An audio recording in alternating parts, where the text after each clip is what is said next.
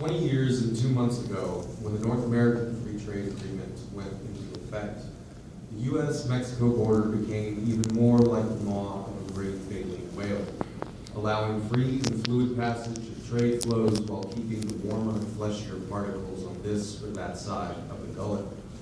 And 20 years and 2 months ago, a long brewing whisper erupted in a cry from the jungles of Chiapas, a cry that was angry, resilient, drenched by a humid history of oppression and struggle. Ya basta. Enough is enough.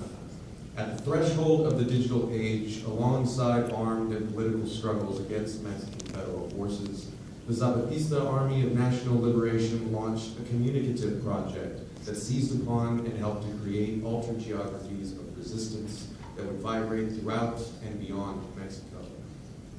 And 1 century ago this year, a vibration became an earthquake when Pancho Villa's Northern Army and Emiliano Zapata's peasant forces from the south shook the continent, converging on Mexico City and occupying it for 3 days.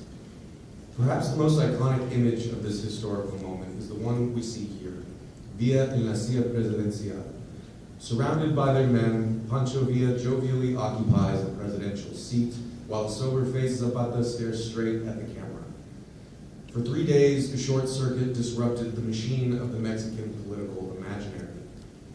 Regardless of what would ensue in the coming century, the vision of peasants in the palace trembled with all the voltage of an event, which, as Alain Badiou writes, is, quote, a rupture in the normal disposition of bodies and normal ways of a particular situation.